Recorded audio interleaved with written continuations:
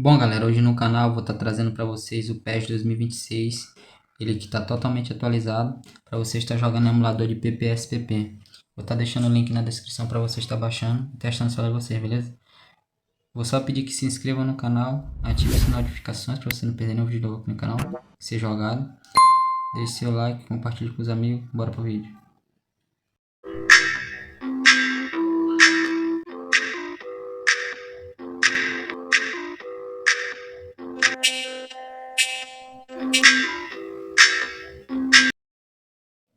Bom, galera, a instalação é fácil, é só abrir os arquivos, link aí na descrição.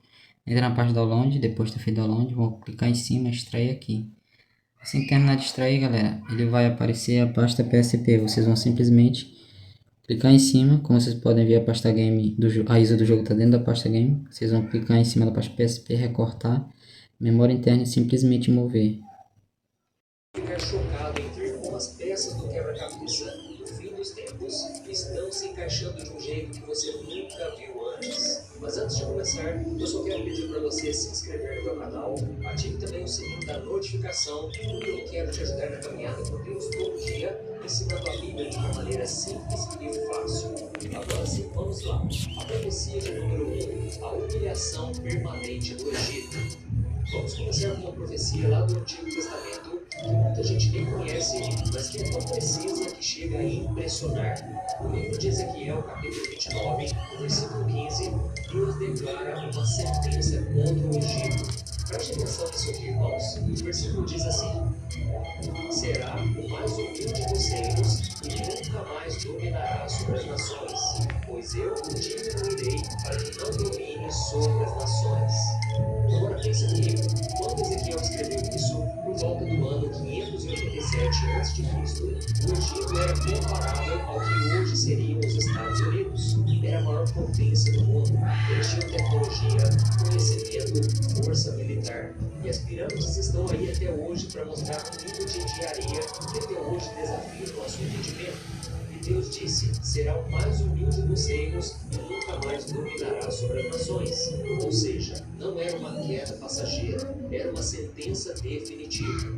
E agora dá um salto para os dias de hoje. O que é o Egito atualmente? Com todo respeito ao povo egípcio, mas em termos de influência mundial, o país é praticamente irrelevante.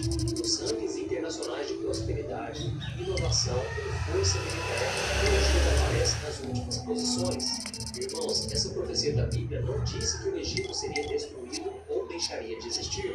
Ela disse que ele seria rebaixado e se tornaria humilde. E é exatamente isso que nós vemos hoje. Então, a palavra de Deus realmente não falha, ela se cumpre com exatidão. As profecias de número 2 e 3, o renascimento milagroso e o florescer de Israel. Agora vamos para outro lado. Se Deus decretou a queda de uma nação, ele também prometeu o renascimento de outra. Por séculos, profecias como Isaías, Jeremias e Ezequiel anunciaram que o povo de Israel seria espalhado pelo mundo e que a sua terra ficaria abandonada. E isso realmente aconteceu. No ano 70 depois de Cristo, os romanos destruíram Jerusalém, quebraram o templo e os judeus foram espalhados entre as nações. Por quase 8 anos, Israel deixou de existir como país. Mas a mesma Bíblia, em Ezequiel capítulo 37, na famosa passagem do Vale de Ossos Secos, promete que Deus reuniria novamente o seu povo. Ele disse que sopraria tudo sobre aqueles ossos e os colocaria de pé na sua própria terra. Irmãos, o que aconteceu no dia 14 de maio de 1948? Contra todas as chances humanas, em apenas um dia, a nação de Israel foi restaurada.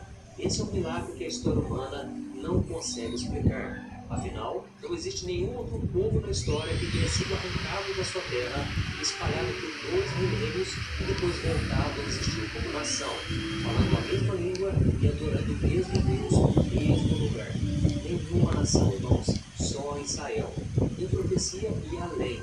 Em Isaías capítulo 35, versículo 1, está escrito assim: o deserto e a terra seca se alegrarão, o ermo exultará e florescerá. Ou seja, irmãos, era uma promessa de que aquele deserto se transformaria em um jardim. E hoje Israel é uma potência agrícola mundial. Eles inventaram, por exemplo, a irrigação por gotejamento, uma tecnologia que exportam laranjas, flores e tâmaras para toda a Europa, com isso cultivado em terras que eram só areia. E isso mostra que a profecia se cumpriu e está se cumprindo bem diante dos nossos olhos. A profecia de número 4, Jerusalém, no centro do conflito mundial. O profeta Zacarias, no capítulo 12, escreveu algo muito direto e impressionante sobre Jerusalém. Está escrito assim: porém Jerusalém como um copo de vinho contaminante para todas as nações ao redor que tentaram conquistá-la. Naquele dia, falou de Jerusalém uma pedra pesada para todos os povos. Quem tentar erguê-la certamente se machucará gravemente. Todas as nações da terra se unirão contra ela. Olha isso, irmãos. Agora fica uma pergunta. Por que uma cidade tão pequena, sem petróleo, sem ouro e sem grandes riquezas naturais, está sempre no centro das notícias, dos conflitos e das reuniões da ONU? Responda para mim. E a resposta está nessa profecia. Israel é uma pedra pesada. Pensa nisso. Em um só quarteirão de Jerusalém, você encontra o lugar mais sagrado do judaísmo, que é o Muro das Lamentações, e ao lado, o terceiro lugar mais sagrado do Islã, a Mesquita de Al-Aqsa e a Cúpula da Rocha. Ou seja, é o epicentro espiritual do planeta.